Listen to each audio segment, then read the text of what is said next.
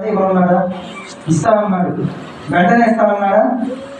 కొంత సమయం ఓపిక పట్టమన్నాడు. ప్రతిసారి అబ్రహాము నిరాశ పడేటప్పుడల్లా దేవుడు వచ్చి ధైర్యపరుస్తూనే ఉన్నాడు. అబ్రహామా, భయపడవాకు, ఇసుక రేణుల వల్ల నీ సంతానాన్ని విస్తరింపజేస్తాను.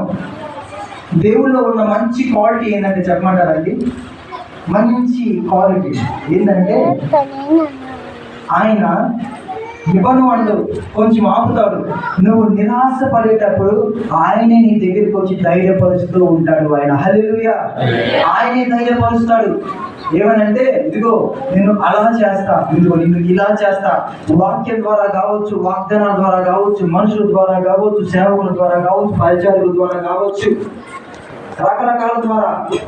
రకరకాల మార్గాల ద్వారా నేను ఎన్నోసార్లు బలపరిచిన సన్నివేశాలు, సందర్భాలు ఎన్నో ఉన్నాయి. మీకు ఉండేయాలేమా? నాకైతే చాలా ఉండేయండి. నేను నిరాశ పడినప్పుడల్లా ఆయన నన్ను ఎన్నోసార్లు బలపరిచిన సన్నివేశాలు